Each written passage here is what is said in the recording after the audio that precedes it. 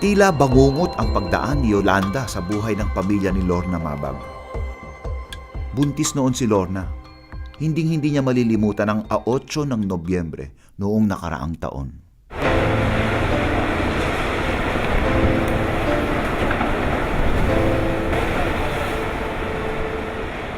Nakadto na kami sa sakop, pinangalingkod kami. Kasi ginampa kay maluoy nga unta, di rin agad mag-ura-ura. Pero pag iya, siguro mag-aalas 7 kuan na aga na. May ada na sumulod nga tubig haira sa kubang balay.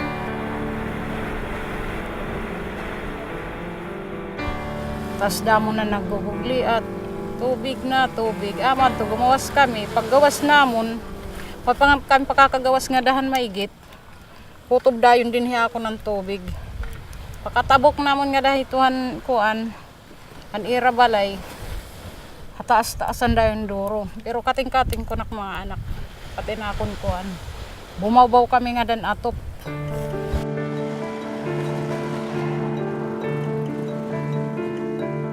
Paano uunawain ng isang tao ang lupit ng kamatayang dala ni Yolanda? Sa pamilya pa lang ni Pedro Lacandaso, 22 agad ang namatay. Alas 7 na ng gabi noon, doon na lang ako napapaiyak na kasi hinihila ko yung anak ko. Hinihila naman ang anak ko naman ang isa yung kapatid niya at saka yung asawa niya. Minsan matihaya, mataob naman, maraming tinik ng kawayan, susugatan, hinihila, kakaawa. Bawat isang hakbang ko, umiiyak talaga. Kawawa naman yung mga anak ko, hinihila ko. Dapat ikakarga, kung may katulong lang, kakarga sana. Tsaka yung mga apo ko, hindi nga man lamang napunasan yung mukha. Dapat punasan yung mukha, maraming putik na inilibing na lang doon. Kaya, pag naisip ko, masakit talaga. Napakasakit. Naisip.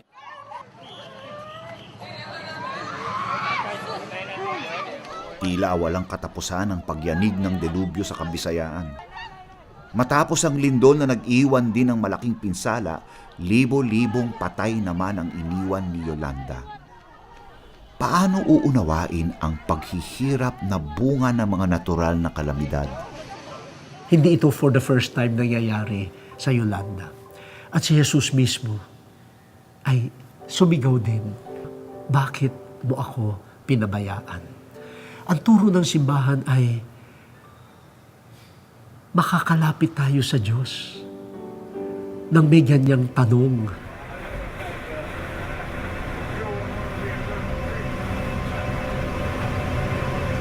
Pakabawbaw namon haatop, ginano man kami hinbalod nga dako. Tas ama tog broblog kami to nak mga anak. Di na nga anak maram ko nahingain ban akuan, pero hinin an akong lang nakatinan na anak duha. Tas natakupan man akong balay, nakatukan ilaro man dagat. An kuan nakadto kasagod kay naipitan nagtiil wala man katatanggal. Pag pinamiling ako malulusutan namon, wala man ako makaka kuan kay di manak naigo. Na ako nala anak nga duha na akong ginlusot na nakitang ko nga guting nga luho. Ginano ko nala di nga ni ako maaram kun hino nang kumarawat na akong 2 years old nga anak. Tas pag halot kaduha nga balod hilasik ako harayon akong ginlasikan.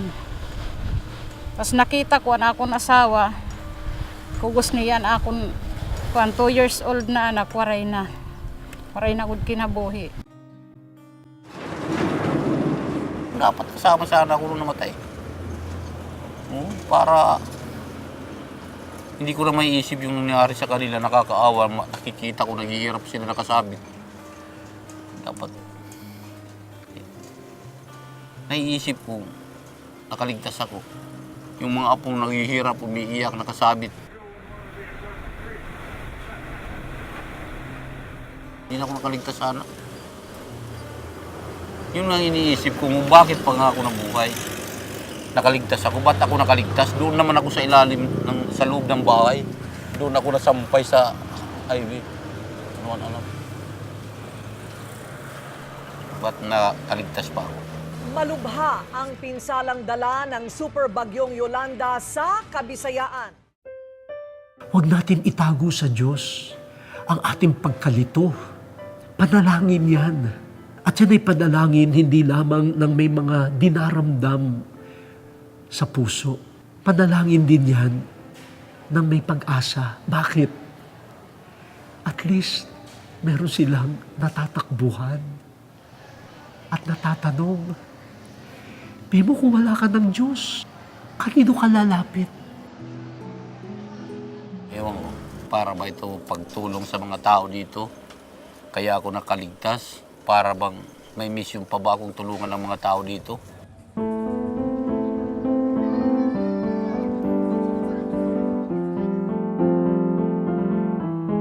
Ganay tag-asawa, baga na inunumdum.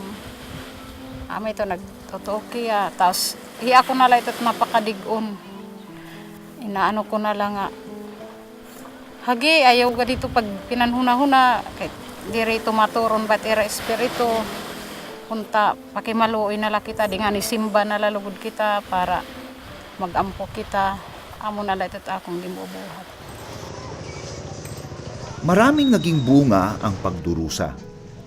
Isa na rito ang pagkakaisa at ang pagkakaroon ng pag-asa. Minsan sa gitna ng pinakamatinding pagdurusa, mamamangha ka. May mga tao na kaya pang umasa. Bakit? Dahil wala na silang makapitan at matakbuhan, sa Diyos pa rin kumakapit. Kaya ang pagdurusa, nakakaroon ng liwanag dahil parang inuudyukan niya ang tao. Lumapit sa Diyos, magmahal lalo, dumamay. Minsan kapag nasa gitna na ng paghihirap, biglang naalaala kung gaano kahalaga pala yung mga tao sa paligid na dati ay binabaliwala. Pag tayo ay dumaan sa malaking trahedya, pati yung mga maliliit na bagay na ating binabaliwala, no? Tubig, cellphone, no? Ilaw, na pa sa pang-araw-araw ay parang hindi nga natin pinasasalamatan. Kapag may pagdurusa, ay lahat ay napapahalagahan. Kaya minsan, meron ding naidudulot na maganda ang pagdurusa. At yung babuting inaidudulot, parang yun yung muling pagkabuhay.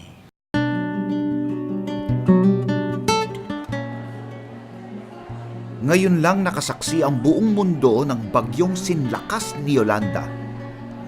At tulad ng dati, lumutang ang mga tunay na bayani ng ating bansa.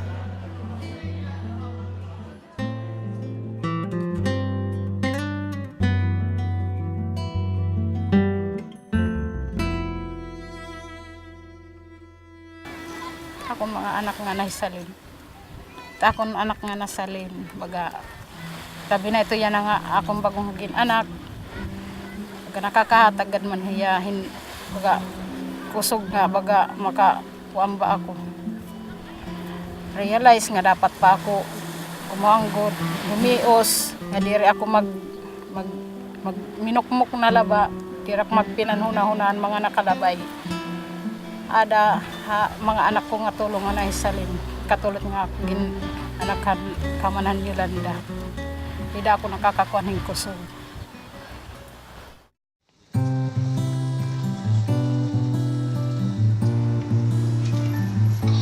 Pinagsikapan ko na lang ito ngayon para itayo muli. Para sa mga apo ko na lang, sa anak ko.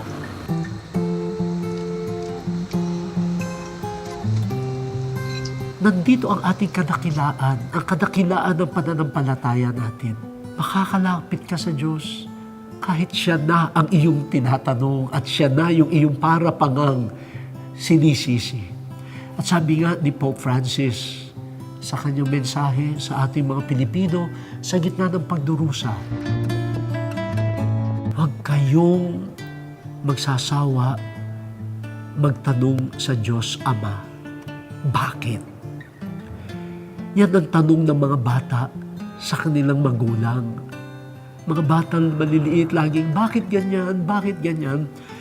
Hindi naman yun para makakuha ng kumpletong sagot, kundi upang magkaroon ng ugnayan sa magulang. Sabi nga niya, sa katatanong nyo ng bakit, ang mata ng Ama, Diyos Ama, laging nakatunghay sa inyo. Kaya, yan ang pinakamalalim na panalangin ni Jesus. At yan sana ang maging panalangin natin din sa gitna ng paghihirap.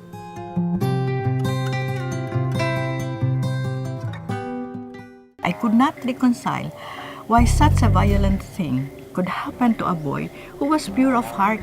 Ang gusto niya lang naman ay makatulong sa kapwa.